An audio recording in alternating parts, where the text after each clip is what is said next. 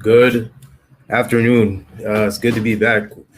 Uh, we're coming to you on a Tuesday afternoon. We're going to get into some NBA draft lottery talk. We're going to talk about Jamal Murray's unfortunate injury, and we have a couple more topics that we'd love to break down. I know it's been a while, but myself and the professional gambler are back. So without any further ado, I give you the professional gambler.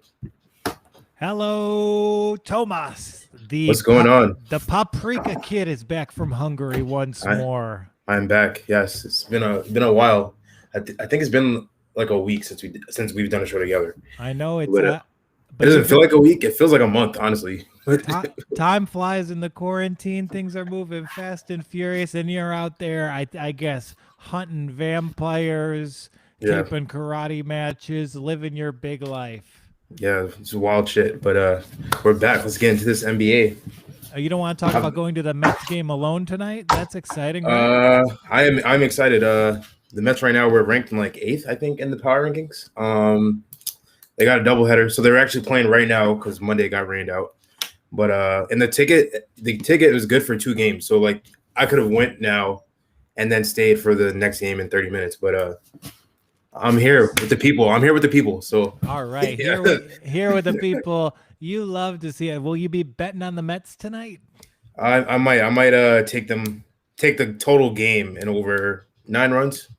Ooh, that's a fun one. As long as it's not DeGrom on the mound, I think you're good for that. I actually don't know who's pitching. Let me take a look. I mean, if it's DeGrom, do not place that bet. If it's DeGrom, you know they're going to lose that game 1-0, as they like to do. Oh, Marcus Stroman. That's fun. I like him. Again, is he the brother of Braun Strowman, who had a really nice match at WrestleMania a few days ago? I actually don't know who that is. Braun Strowman? It was a good. Did you watch WrestleMania? Of course, you got. I don't watch wrestling save for I watch the Royal Rumble and WrestleMania every year. Sometimes SummerSlam if I'm feeling nasty, but the women's main event of night 1, Bianca Belair versus Sasha Banks. I think even you would enjoy that. That was one of the matches. Is it a weekend? It's not a day anymore? Because they do such a long show, they split it into 2 nights. I see. Because like the crowd, like they've had like their best match of the year that they all build to, and the crowd's just too tired for it. So they do like 2 3-hour shows. Is it in Florida? Yeah, it's in Raymond James Stadium. No, like 20,000. That's a nice little number. But it's outdoors. It's the same as Super Bowl. Yeah, and it was the same stadium too. As a Super Bowl, yeah. Yeah, so I'm thinking they should actually have the host of WrestleMania that goes to the Super Bowl champion. Give it a little bit more stakes, you know? The host. That's funny. Who's hosting the next Super Bowl? Who's hosting the next Super Bowl? I don't know. Somewhere silly. Detroit? No, we already had our Super Bowl. It went fine. It'll probably never be there again. Oh, it's in it's in LA. It's in LA. I did. Duh. They want everyone to care so much about that big ugly stadium when that Stafford's going to go 7-10 in. I plan to be in the city. I will not be at the game, obviously, but I want to go out there for that. I'm going out there for Lions at Rams next year. That's all I care about. Yeah. Yeah. Civil War. I think I'm gonna do one weekend. I'm gonna do a Vegas, LA, like hopefully like Vegas or LA's playing on Thursday. Then we'll spend like a day in Vegas and then go back to LA and do the tailgate in LA. That'd be fun. Not a bad idea at all. And like, gotta see the new stadiums, man. I mean, maybe, but like, is football better in person? I don't know. I mean, it's definitely not. I don't think it is, but I love the tailgate. That's like my favorite. And that stadium's in a nice part of the world. Like when I lived in LA, I loved hanging out in like Manhattan Beach, Inglewood. Like that's a really nice part of Los Angeles, and it seems like a cool place to be. Yeah, I mean, yeah, it's definitely more about going to the, like if I lived in LA, I would go to tailgates and not go to games. Like I would tailgate and then go home and watch the game. But and hey, we could do that with MetLife because you're gonna be stuck in that parking lot very long. It's gonna be cold though. That's like the less allure to do it. Like okay, so before we get into today's topic, we are just going to do more subject based because today's slate of games is not so interesting. We might have some business down the line that's not so interesting, but we do have to take a second here. We got to give condolences to the Blue Arrow himself, Jamal Murray, out for the year with a torn left ACL. This could not be worse for the Denver Nuggets timeline. And if you've been watching closely, this is a historic bit of bad luck. This is a moment where NBA championships can turn because a team had some misfortune. And, as this happens, Denver's been the best team in basketball by a wide margin since getting Aaron Gordon. For Murray to go out, and now it's not just missing Murray. It's like this is the time when Michael Porter Jr. is under a great contract. Aaron Gordon's under a reasonable contract. This is their window to go all in and get it. You hate to see it. Yeah, that's unfortunate. Definitely an unfortunate injury. Your comment about them being the best in basketball, I don't know about that.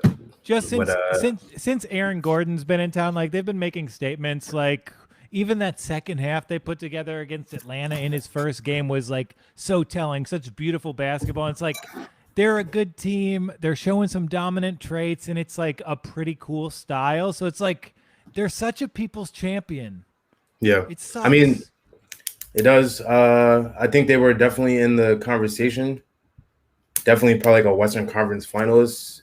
Maybe not a finalist, but in the conversation to be there.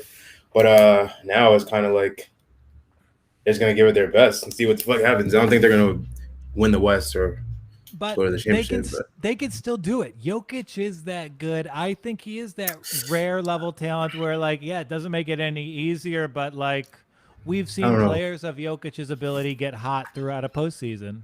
Yeah, I agree. I think Jokic is going to play well, but, like, it's irreplaceable to have someone who just dropped 40, 50 in a playoff game. Like, I don't think they're going to have trouble looking for scoring, definitely. And, it's also terrible for Denver because he's locked up to a max contract moving forward. I wouldn't want to pay him the contract he has ever. Now that it's under these circumstances, it's going to really hurt this franchise. And it sucks. They've done such a good job. It ruins a beautiful day here in New York City. But they can still win the title. But in New York City. What do you mean in New York City? It's just a nice day in New York City. I mean, I had a nice day. I had my physical therapy. I had some Taco Bell. I got a little bit of studying to do yet, but we'll get to it. But yeah, Jamal Murray, it's like I think I was a little bit lower on his game than most people, so I'm being a little careful with my words here. I mean, yeah, I personally thought he was like a lights out scorer. Back when he first became a Nugget, I was like kind of cheering for them because Gallinari was there. But now I'm like, yeah, he's like a bona fide. He actually, I don't know, he's a little underrated. He's not in the conversation of top like 5. I don't hear his name very often in top 5, 10 shooting guards. I'll say top 5 because that's like usually what the conversation is. But he's good. I don't know. Shooting guards, or is it combo guards? I mean, what kind of guard is he anyways? He's a 2. He's a combo, but he's more of a 2 before a point guard. Yeah, and I mean, you do kind of like a lot of the stories on Jamal Murray were just that the guy trained and trained and trained, and trainers would tell him, hey, you can't train this hard, and then they would take his shoes away. He would keep training that hard. So if an ACL injury happens in this, like, I think it is possible that I think the athlete might have more to do with it than some instances. I mean, I've been seeing like things like that, like saying that, oh, if we had a longer off season, but it's just like a freak accident. Like he went up for a layup and came down. Like that shit happens. Yeah, but I bet that there is some way to track when you're truly at risk for a tear. That's where this technology has to go. And I mean, I don't know, man. Like that's what load management is. I get it, but I've torn my ACL before on a freak accident, so I'm like, it was just chance. It's like this something happened, and that is why you tore your ACL. I don't really necessarily believe in like you're at a peak of getting hurt right now. Like Sure, yes. I think if you train so much to the point of exhaustion where you're tired and you can't really like control your body, then yeah. But I don't necessarily believe. I think it was like a wrong place at the wrong time kind of thing. Yeah, and it's just like with Murray in particular, there is that instance where people told him he was training an irresponsible amount and he kept training that amount. I mean, that was a big part of like a cool story last summer when they were going on their postseason run, and it I just can't help but remember it today. Yeah, I mean, it's fun to like think, I guess, but shit, it's just unfortunate. Shit sucks. It happens. I think he'll be fine. Torn ACLs are not the end of careers anymore. So Yeah, and his game isn't predicated on athleticism. yeah, He's got a he'll great be shooting fine. stroke.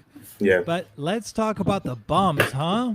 Let's talk about these losers, these terrible teams, because it's kind of too early to see who the best teams really are. But it's not too early to see who's contending for those ping pong balls, baby. And we see here that, oh, that's a bad layout. We see here that Houston is doing an amazing tank job. Minnesota's doing an amazing tank job. And you know what? I think the Detroit Pistons are in some trouble of getting jumped here. This Orlando Magic team, they are tanking. I am in a panic about it, and they are doing such a good job. Mm, are these the odds to? These are the current lottery odds. And why is this important? Why does this matter? Because you see, they changed the system, Tomas. See? It used to be worst team got 25%. Now the bottom three teams get 14, have a Yeah, 14% 14 shot. even. Yeah. And then the fourth is 12.5. You fall down any further to those Cleveland OKC levels, you're out of 10%. Watch Cleveland end up with a pick. Well, I mean, Oklahoma City, if they bring that Dan Gilbert's son there, you know they're going to win. And I think this is especially important because there are, I think, 5 franchise players in this draft. And I think it would be a very Pistons thing for this team to overachieve. And, like, they're sitting Jeremy Grant. The team is still winning games. Who do you think those 5 picks are? I'm curious. Jalen Suggs, Jonathan Kuminga, Jalen Green, Cade Cunningham, Evan Mobley with Moody from the SEC right on the outside. I always mix up whether he's from Arkansas or Alabama. I think he's from Arkansas, right? Arkansas, yeah. Okay, I got it. Yeah, I think I agree. I like those picks. Yeah, and I think you don't know who the best player of those will be. I think it's actually I don't have the college guys on a different level. I don't know. I like Jalen Green, but I feel like that's such a hard position to come into the NBA and like expect someone to be like for in my mind, if I'm a GM, top 5 picks, like I want someone who's going to change my organization day one, and like I don't think he's that guy. But I do like Evan Mobley. And Kuminga. Mobley, I think he's my favorite because he's the most different, you know? His skills, like the rest, they're all a little bit perimeter oriented. I don't know too much about Kuminga. I know he's probably a little bit more versatile. But yeah, Evan Mobley, like, it just kind of fits in with what a lot of these struggling teams already have. And, like, if I'm the Pistons, I'm taking Evan Mobley here just as, like, even if I get the first overall pick. I see. And I think that makes sense because Orlando, I'm going to say they kind of deserve this for bad karma. Houston, this is just an awful tank job. They have no business being in this whatsoever. Oh, you wait. Why do you say that? I think it's just like the karma, you know, like Detroit and Oh, Orlando, they put a legitimate effort into like having a competitive basketball team in the past 5 years. Orlando got a ton of bad luck. The Pistons, I mean, though the team is garbage, they've tried every single night. They've developed their talent, and they've kind of been a more fun to watch team than that you could have otherwise expected. And on the other hand, like Minnesota just doesn't know how to do anything as a basketball team. Like they are inept. Whoever if they get the first pick, that will be wasted. I think these guys have a chance in Detroit or Orlando, even Houston. But to see Minnesota get this pick, I mean, I just don't. It doesn't enthuse me at all. Yeah, I agree. I mean, I from for me personally, like that my interest in any of these teams, like it's just like so minimal. Like I like to look at good teams in these situations. Like I was very interested with the Warriors last year because I felt like they could have. Well, obviously due to injury, Klay Thompson's out, but I was like, damn, they're gonna have like a stacked team and the second pick, like they could do something with that. But these teams, like I just have no hope to see any of them make any progress in the next like 2-3 years. Yeah, but I think Detroit and Orlando have like logical things that will be accompanied by a lottery pick. Like, because Detroit, I mean, you just have the forward pairing of Jeremy Grant and Sadiq Bey. Like, that's a pretty good asset. If you have a lead guard to like take full advantage of that, prop that up, or a rim protector, I mean, it's starting to be the foundation. And I don't know if you've checked in. I'm sure you're going to roll your eyes at this, Toe. About But what? Killian Hayes has been phenomenal. No, I mean, why would I roll my eyes at that? I mean, just because I'm insecure because every basketball fan on the planet was making fun of Killian Hayes.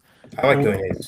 Yeah, I like him a lot. And like the dude, like he's only started a handful of games. I know he played against New York and you guys just trounced us, but he's got a little bit of Rondo in him. I could see him making an all NBA defense team and being contending for like the assists leader. I honestly haven't seen him play this season, but I'm looking at his stats now. It's not Yeah, bad. It's hard to judge anybody on any of these teams. It's but he has that thing and that only the greatest players have where they're always playing at the speed they want to play at. Like Killian always gets to his spot on the floor. He's always making the correct reads, and then he kind of throws it in with that's to supplement like very good defense. So like if the Pistons and like Lord help me, I need to be in this top 5, dude. You put any of these top 5 players in Detroit next to like Hayes, Bay, Grant with like I guess Isaiah Stewart being the center maybe. It's at least like a pretty fun young core. yeah. Um, And like on the other side, you put any of these guys on Minnesota, their career's over. They'll be fighting with Anthony Edwards for shots when they're down 25 points. That's how it will go. yeah. Cade, I can't see like Cade Cunningham and fucking Anthony Edwards on the same team. That wouldn't make sense. They would have to get Mobley and ship Carl Towns. I think that's going to happen sooner than I think. And I like Anthony Edwards a lot. I think I like him more than you, right? That's true. I mean, what do you mean? I don't like dislike him.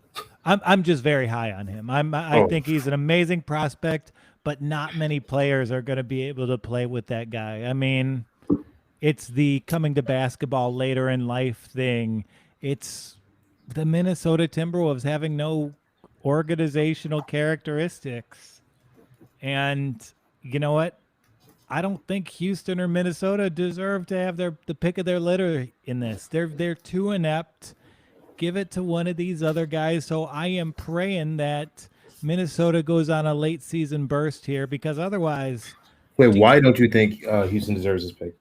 um, Because they've had good teams lately, or yeah, I mean they got rid of Harden. I think they kind of milked their rotations where they're losing on purpose to like a pretty insane degree, especially with the sitting of Christian Wood.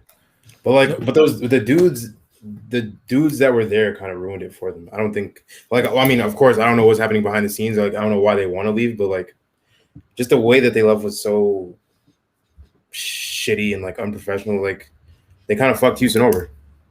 Can I give you a conspiracy? Can I give you a hot take here? Sure. I think that the owner and Harden were in on it. If you Oh, look think? at yeah, because he was the guy who was hit hardest by COVID of all the NBA owners, and he took out a pretty tough interest-bearing loan right at the beginning of the pandemic, and there's a chance he defaults on it. So I think he told James, "Hey, I can't build a team around you. What do you want to do?" And like, if we're talking about the Pistons and them, you know, they're achieving what that basketball team should achieve. On the other side, I see that I like this Rockets team. If I'm going to be completely honest, like I was intrigued about this fit. Well, yeah, I mean, so that's what I'm saying though, like, because it was so public. It was like the players were fucking fighting and disagreeing publicly. I'm like, yo, like this is like DeMarcus Cousins and James Harden are fighting. John Wall and James Harden. I'm like, what? Like this is. I think they got fucked over, honestly. Yeah, and I Players have have too much power. Like there's a too much. Not that they shouldn't have the right to go where they want, but like there should be a due process. Like it doesn't make sense to just bitch and get what you want. And you're preaching to the choir. And like, whereas Detroit is losing a lot of games, they're at least like making people better basketball players. Minnesota, they're losing games while running a great prospect into the ground. The Houston Rockets are trotting out a minor league basketball lineup and acting like that's not a problem. Meanwhile, you go to Detroit, players are getting better. There's improvement every single game from every single player. So if you're someone who like cares about basketball teams doing the right thing, I think you gotta want to see Detroit get a good spot in this lottery. And I live in like this is my biggest fear right now is that they'll drop. I mean, yeah, I agree. I think Detroit. I don't think they're tanking. I think they're actually playing. They just don't have the talent. Dwayne Casey, he doesn't strike me as a guy who would fucking try to tank. Yeah, and it's just like we've seen Josh Jackson get a lot better as an NBA player. We've seen rookies come off the bench and achieve. We've seen Jeremy Grant not only like improve as a statistics guy, but like Jeremy Grant, like he's a good basketball player. He gets to any spot he wants on the court. He guards the other team's best defender. You put that dude on Utah, they can win the title. So many good things are happening in Detroit. Meanwhile, everyone else is gaming the system. Yeah, I mean, honestly, it's another issue. I don't know if like the top 14. I don't think that was an incentive to stop tanking. Like it's obviously clearly still happening, but I don't know if there is something they can do, but they just haven't done it yet. I don't know what that is. And I think we'll see the effects this year because it used to be a lot greater odds of doing it. Yeah. And you know what? We'll see what happens. I just wanted to get that off my chest. You said, do you want to do a show today? I was like, yeah, you know what I do. I want to bitch about the lottery. But I mean, what place are the Pistons in? Fourth? They have the third record right now. They're about a game. So they have 14% chance right now. Yeah, they have the best chances, tied with Minnesota and Houston. Yeah, and I think the pick is Mobley either way. That's why they keep playing Isaiah Stewart at. I mean, yeah, the Pistons need a big. And I think of the teams that are going to be drafting in that position, I think that it might not matter where they go. I think if they get one of those top 4 picks, they'll end up with Evan Mobley either way. Because, I mean, the one guy who could turn around the Minnesota Timberwolves, the one pick that franchise has to make is Jalen Suggs. That's the best story in basketball, potentially.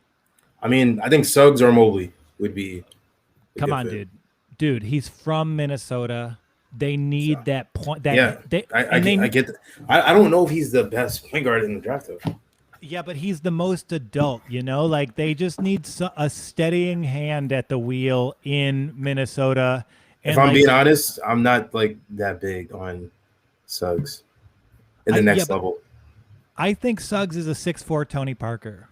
I think he is going to be a good true point guard type. And like, if I'm Minnesota, I'm not just worried about Suggs. I'm worried about how Suggs is actually going to positively affect Anthony Edwards and Karl Anthony Towns. Because if you could just figure out the fit there, the talent level is through the roof, and you might need a point guard who's kind of an asshole type. Like there's a reason teams always play better with Chris Paul and Jason Kidd types. I think Jimmy Jalen's Butler. I was gonna say, Carl Towns, he's gone. He's not staying there. I don't think it's gonna happen. yeah, They're gonna get rid of him. It's so sad to see that shit. Like players just go there, rot, and fucking move on. yeah, but this is an NBA franchise. This is the best sports league in the world, and they hire the ex-coach's son, who's like 26 years old, to develop. Talking about Saunders. Yeah, to develop 2 number 1 overall picks, 3 if we want to count Wiggins, 3.5 if we're going to count Russell. Like, there's some serious inept management. Probably the only team that rivals it in terms of pro sports ineptitude would be the Detroit Lions and New York Jets. The Jets? I don't know about that. Let's see how Robert Saleh goes, huh? I mean, I don't put the Jets. The Jets are definitely not in that. If they're in that conversation, they're like the best. They're doing the best out of all Okay, of those then organizations. just the Lions. The Timberwolves are the Detroit Lions of the NBA. Is there another league? What was it? The Cleveland or Chicago Cubs, but they actually won. But I guess I don't know. Yeah, I agree. Like I don't know what it is about Minnesota, Detroit. And here's the deal. Here's the deal. It's all about the ownership. Who's the most legendary player in Timberwolves history? Kevin Garnett. He does not talk to the Timberwolves ownership, just like Calvin Johnson does not talk to Detroit Lions ownership. It's like that's how terrible these guys are. I mean, if we're being real, it looks like the way Houston Texans are going, they're kind of going in that direction. They keep getting dragged like every fucking week. Do you watch the I Am Athlete podcast?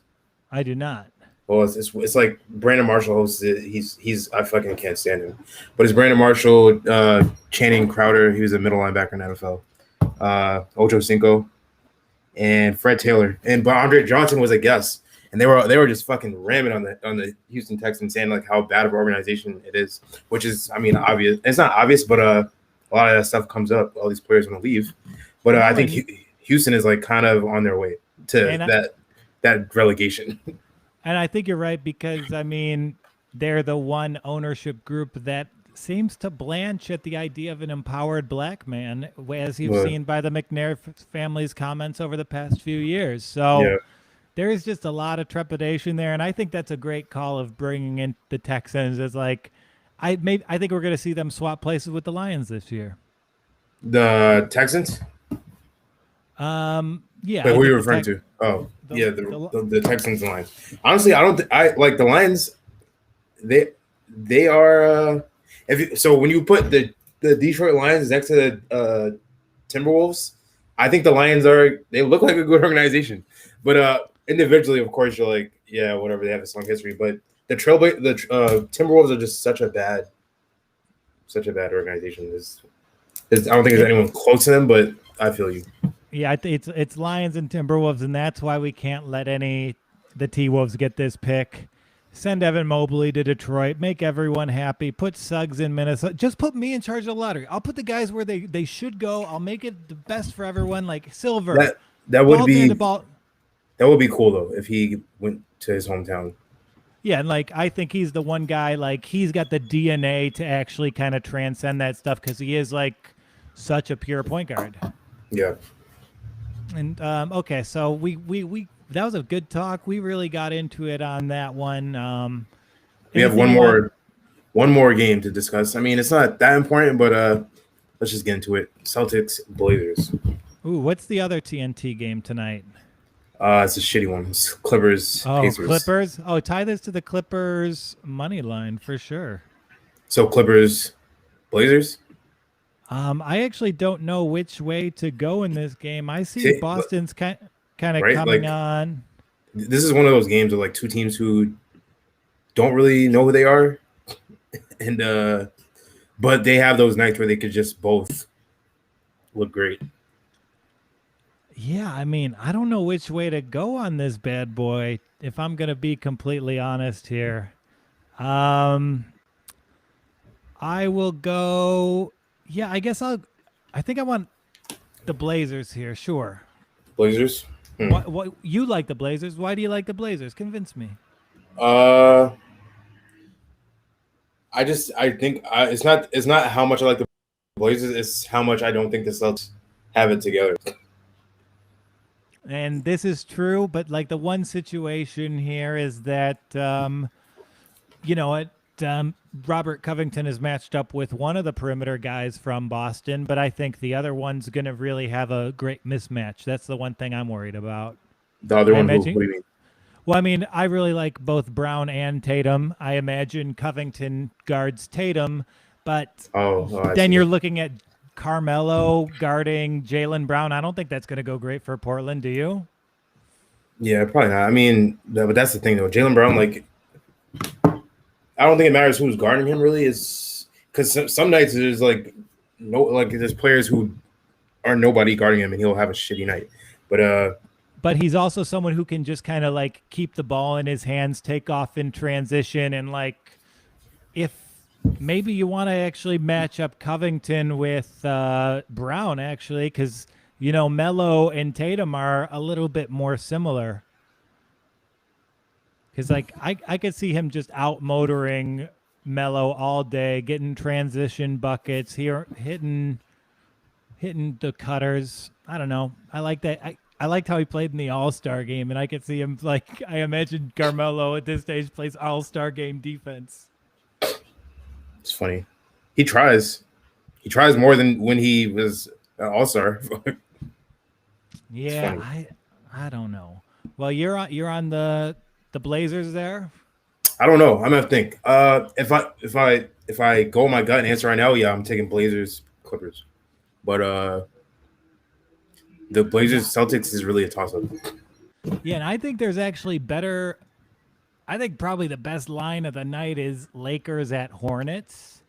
Oh Um, yeah, if that game's a pick, I mean, at this point, with the rosters being what they are, I would take the Hornets over the Lakers pretty easily. you would? It, yeah, I mean, I think Vegas has not properly valued the Hornets all year, and this is just a continuing example of that. I don't know. The Lakers just lost last night to the Knicks. By the way, Y- my New York Knicks. um, Yeah, but I don't know. I don't see them losing again. I don't but see who's the Lakers losing again. Who's but playing? who's playing for the Lakers? Everybody, I'm sure. Besides LeBron? Lee Davis and who's the other guy they Yeah, got? Drummond. No, Drummond. I think he's gonna play. He played last night. Yeah, nah, I love Charlotte there. Charlotte's been dissed. That Yeah, Charlotte's a play. you are like you're big on Charlotte. I know. I think they've I got don't get the. it though.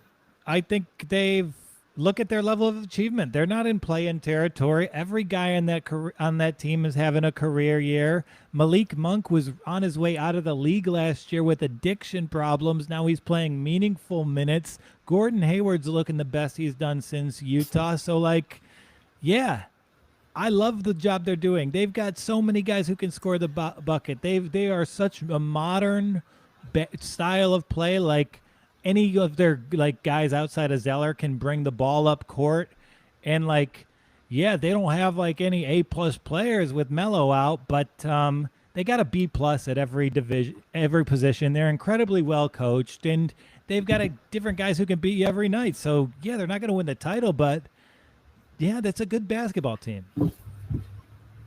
Fair enough. It looks like Schroeder's day to day, Kuzma's day to day, PJ Washington, and Terry Rozier. Yeah. I don't know. Lakers. They got this game. What position is the Hornets in? They're in the 6th seed. Trying to see who's is more important for. It's more important for the Hornets because they got Boston right behind them. The Lakers, they're pretty safe in terms of the play-in tournament, and they're going to beat whoever they're matched up against. So Yeah, they're in fifth right now. I think they need to just stay afloat, and they can't lose back to back games. That's what my theory is. Like it's yeah, okay. It was either okay to lose last night and win today, or win yesterday and lose tonight. But the Hornets, they're a half a game ahead they're actually tied with Boston. yeah. So we will see. Anyhow, I had a great time today with you. Word. Same time tomorrow. Yeah, somewhere in this interval. But anyhow, we are the Professional Gambler. I'm the Big Walkowski on Twitter, Joe Walkowski on Instagram, and like the page, subscribe to the page, tell us what is working, and until next time, this is Joe Walkowski.